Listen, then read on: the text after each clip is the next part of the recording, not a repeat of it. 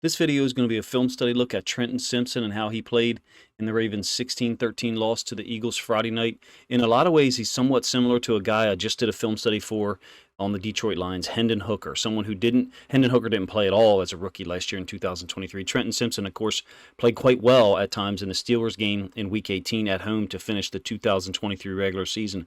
He played a ton of snaps Friday night, I think 62 or 63 snaps. He was put under a lot of stress. All of the inside linebackers are put under a lot of stress by this Eagles offense. Physical stress, mental stress, making pre-snap checks, in some cases not doing so, and trying to find the right gap to fit into. He's on the field a ton, had 11 tackles. So basically you're looking at a tackle every 6 plays. 11 tackles, 62, 63 snaps. Josh Ross also had 8 tackles. Rigby, the rookie undrafted free agent, he had 7. But out of those 25 tackles between the 3 inside linebackers, 0 TFLs. That's a product of the system that the Eagles run. It puts the inside linebackers in a lot of conflict, kind of freezes you as a coordinator, as a play caller on defense. Because of the RPOs, because of the inside zone duo, those guys are trying to find their fit, and I'll give you significant film of the end zone angle so you can see what I'm talking about. A little bit of play action boot flavor as well to put those guys in conflict. I think we were frozen a little bit defensively at times. We were not in attack mode. I mean, from a play calling standpoint. In terms of Trenton Simpson, there was a lot to like, and I'll show you that in the beginning. I'm going to stack that at the beginning of this film. There's some things not to. There's some things that appeared to be issues. I'll tell you one of them. He looked fatigued by the end of the third quarter, somewhere in that area. He looked tired.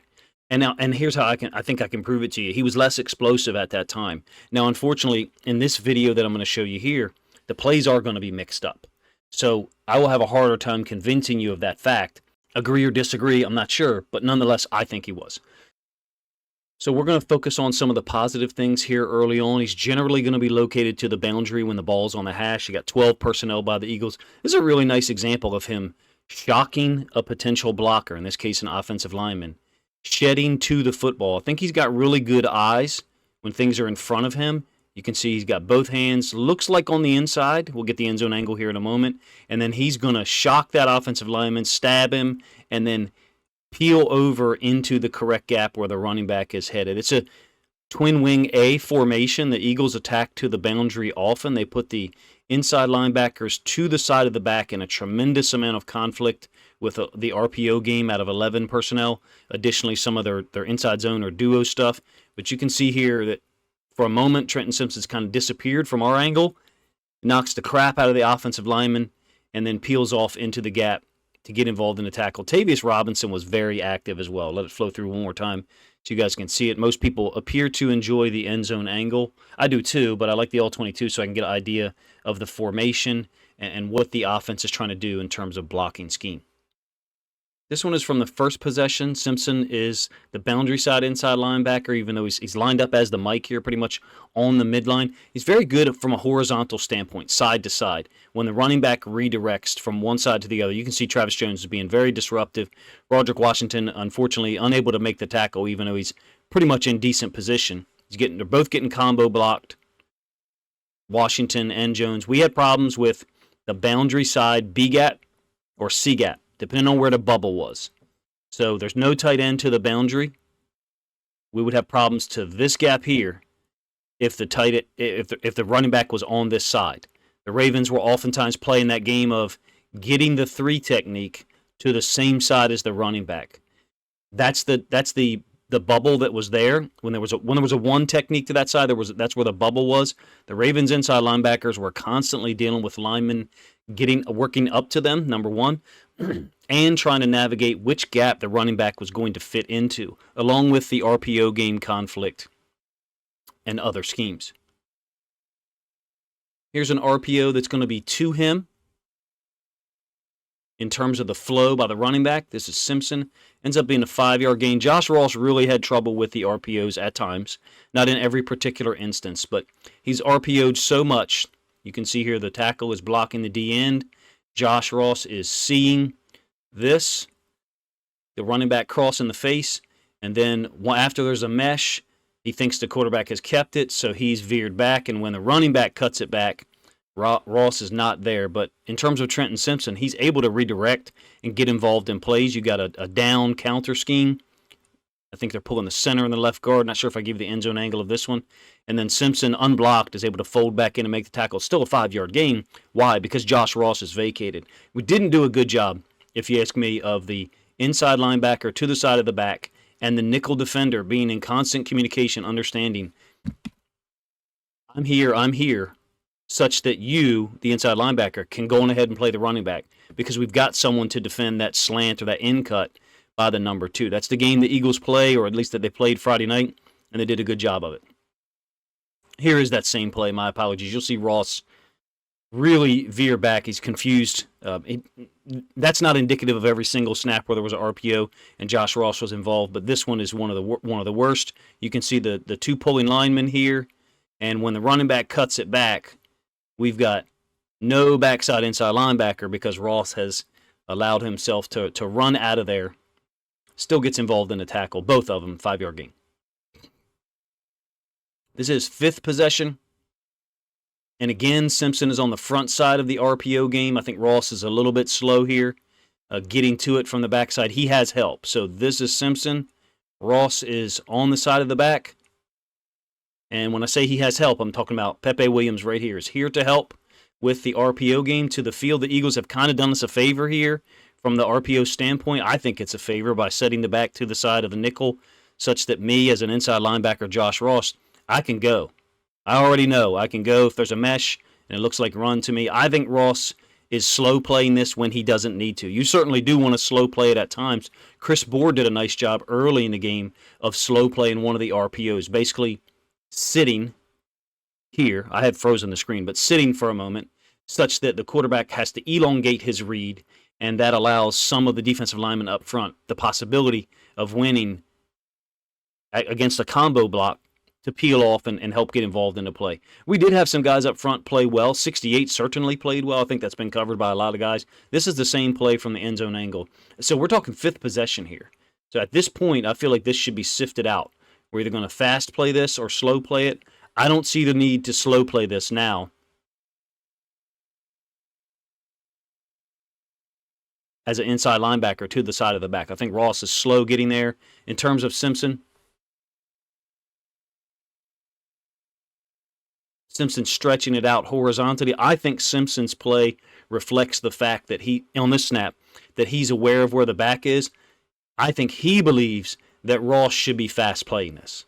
But we have no way of knowing what the call is, how they communicated on the sidelines before this possession, or how they communicated pre-snap once the offense lined up. I will say this, I did not see as much pre-snap communication by the defense, but we were spoiled last year. And we, myself included, were remembering the end of the season. This is preseason, the first preseason game. So it doesn't surprise me that there's a little bit less communication by the defense pre-snap. 2nd possession, I think you've got a 3rd and 2. Simpson lined up at outside linebacker. We're in our nickel defense because the Eagles are in 11 personnel. Josh Ross is in a solo Mike linebacker alignment. Worley has walked up to play the tight end. This might have been a good idea for some of these situations where they put the tight end and the running back into the boundary, they being the Eagles. They did it often. Ends up being a tackle for loss. Excuse me, it's a 1-yard gain. A tackle by Simpson and 69 Tuopo, I think. Tupo. Do I think Simpson is going to play a ton of outside linebacker? No. Against 11 personnel, it's good to have this versatility. It's good to have this possible alignment in there for him and for the structure of the defense. So now the ball's in the middle of the field. We're on a 2nd possession. This is a 2nd and 9. Simpson is on our right, to the side of the tight end, away from the back. Ross is to the side of the back. Get a little log scrape here. So they're comboing the 3 technique. I think Broderick Washington, instead of trying to deal with this double team in here, maybe get his knee down and try to create a pile, he tries to skirt through on the underside, and that's just not going to work against good offensive linemen generally, unless you're just an unbelievable athlete. So Simpson scrapes over the top. Cool. I think Simpson should be trying to go for the inside shoulder here and let Worley play the outside of that new gap that's created. Whenever there's a pulling lineman, you're talking about 2 gaps are created where there was 1. So pre-snap, we have one C gap here between the tackle and the tight end. Tight end's going to step out to Tavius Robinson, and that pulling lineman has now created two gaps. One to the right of that offensive lineman, or our left on the screen, and one to his left, or our right on the screen. So there's two gaps here. So we need to have two players for that area.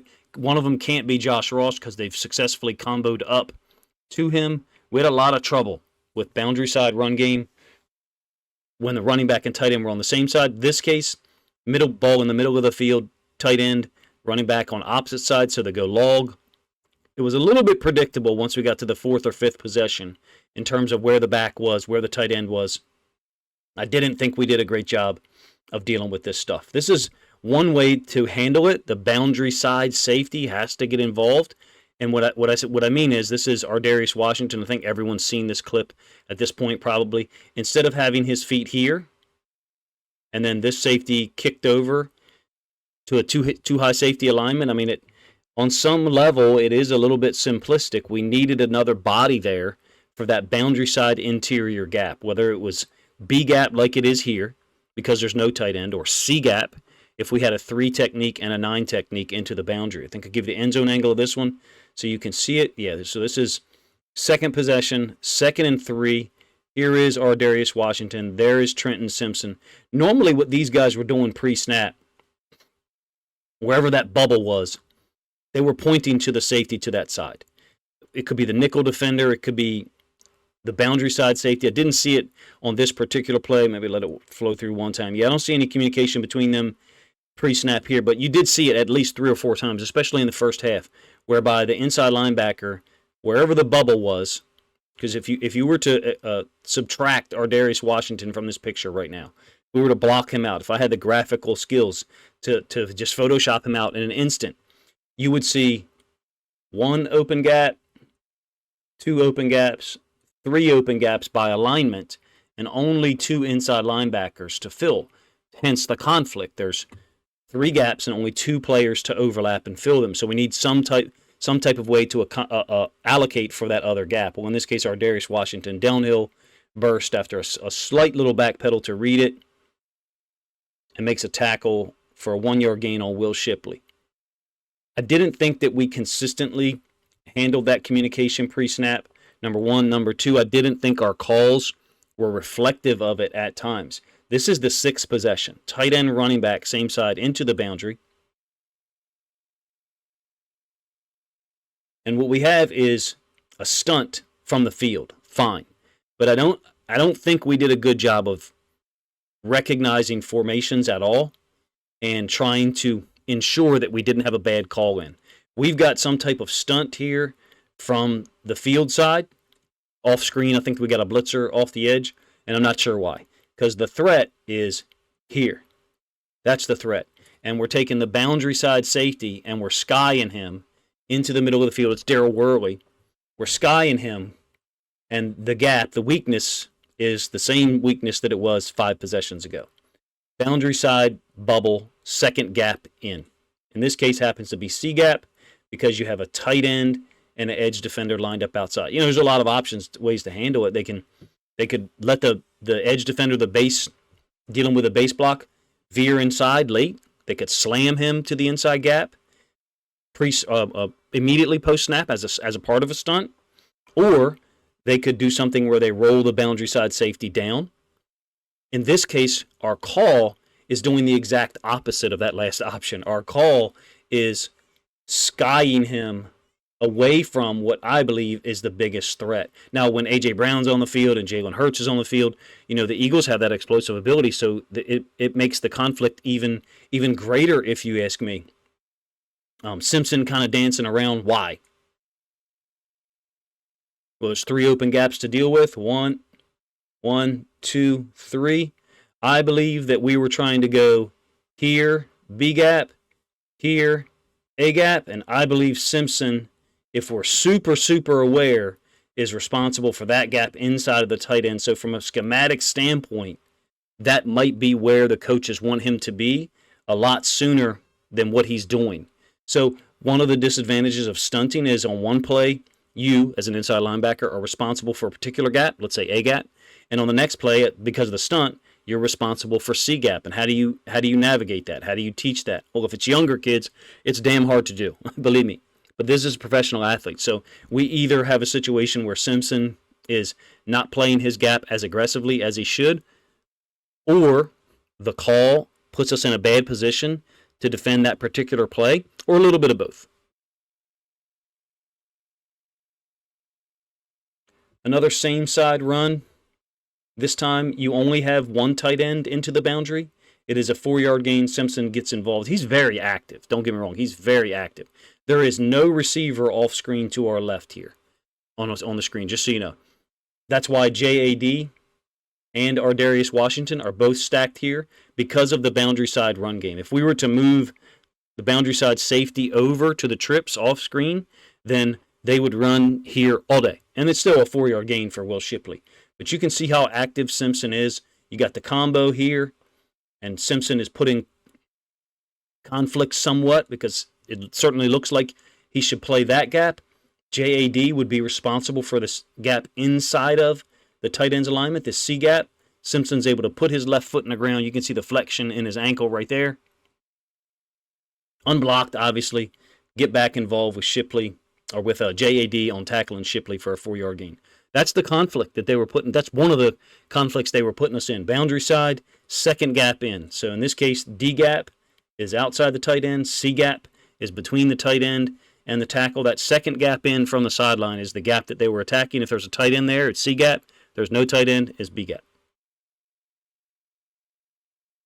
Some pass coverage stuff, starting with some good stuff. This is empty, third possession. It's going to be, I think, a scramble or attempted scramble by Kenny Pickett. Watch Simpson decleat this little slot from an inside-out leverage. I think it's cover 3. Really cool on the snap. As soon as he reads pass, it's empty, right? So it's pass. As soon as he reads pass, he's opening up and turning his back almost to the quarterback such that he can read the route, in this case, decleat this little guy. Very cool. Evans is dropping out to the hash from an outside linebacker position. We're still navigating, or we're still creating a 4-man rush because Josh Ross from the field is on the blitz. So Ross is blitzing. Evans is dropping out to the hash, and Simpson is dropping to the flat, and he's getting himself a KO or a KD on the way. He was asked to play multiple coverages. This one, I think, is 2 read on 2nd and 17. 2 trap, really, down here to the bottom side of the field. A little bit risky in terms of 3 vertical, the tight end, because we have to sky this safety deep to allow Wiggins the chance to trap an out route by 2. And it's all related. It's all related to the top side. One thing to think about is, think about Patrick Queen. What his coverage was generally last year was man on the back. I think that's what you've got here on the backside. This is a split field coverage, if you ask me. I think the weakness of it is the potential for 3 vertical. I wouldn't play this if 3 was a fast wide receiver. In this case, 3 is a tight end. So I'm okay with keeping the corner and safety backside is whatever the half field call is for those guys. And then man on the back side of trips with Simpson. Nothing consequential for Simpson here, just showing you the different pass coverage responsibilities that he had. I feel like this video is going to have too many plays in it, but there's still things that I'm not going to be able to cover. He's man on a tight end here, so you can see over the course of 3 plays, you got him in cover 3 playing the flats. And then on a 2nd and 17 playing the running back man out of a quarter split field look. Now he's playing a tight end man, ends up in trail. Converted safety from college, or played some safety in college at a star or nickel position at some point in time at Clemson. Inside linebacker, generally his last year there at Clemson. How comfortable will he be in doing some of these things in the NFL? I think he's an inside linebacker in the NFL. That's obvious. That was obvious last year. Coverage to the boundary, still going to be something that on a play-by-play basis we've got to handle. This is 11 personnel under center. Quarterback is going to boot. Simpson's trying to get his read from the offensive lineman. I don't think I give you the end zone angle on this one, but you will see him he just did it. He will see his helmet switch from reading the offensive lineman to now trying to find the football. Well, it's why this classic conflict works when the quarterback's back is turned to the guy who's in conflict, the boundary side inside linebacker, and the ball is hidden. He literally can't see the ball, so that elongates that conflict. And Simpson stepped himself out of position. Not only that, misses the tackle, and the tight end is able to get into the boundary for a good gain.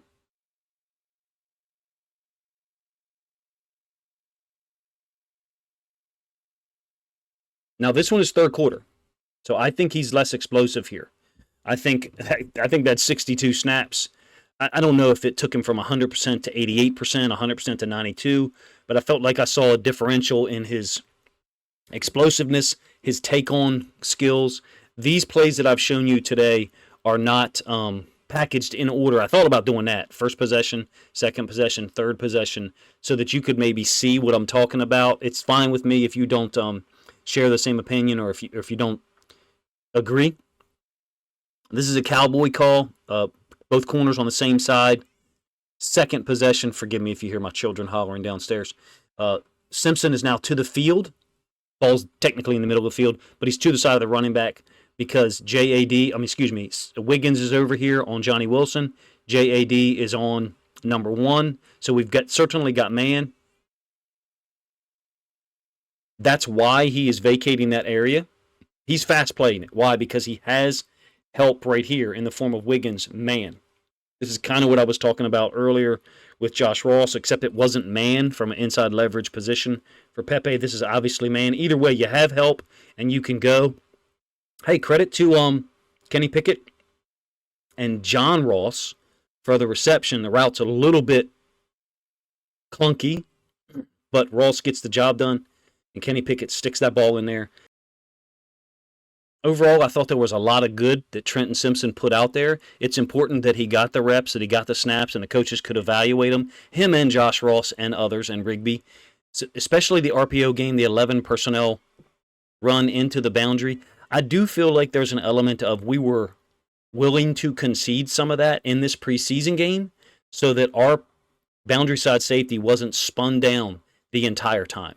If we're playing a real football game, they're going to stick A.J. Brown over there into the boundary, and whoever our corner is, Brandon Stevens, Marlon Humphrey, Nate Wiggins, is going to be in a one-on-one situation often if you do that. That's the whole point. That's the point of the Eagles' offense. So many offenses in the NFL, in my opinion, are predicated on trying to force you, as a defense, to walk the boundary side safety down. Ben Johnson and the Lions do it.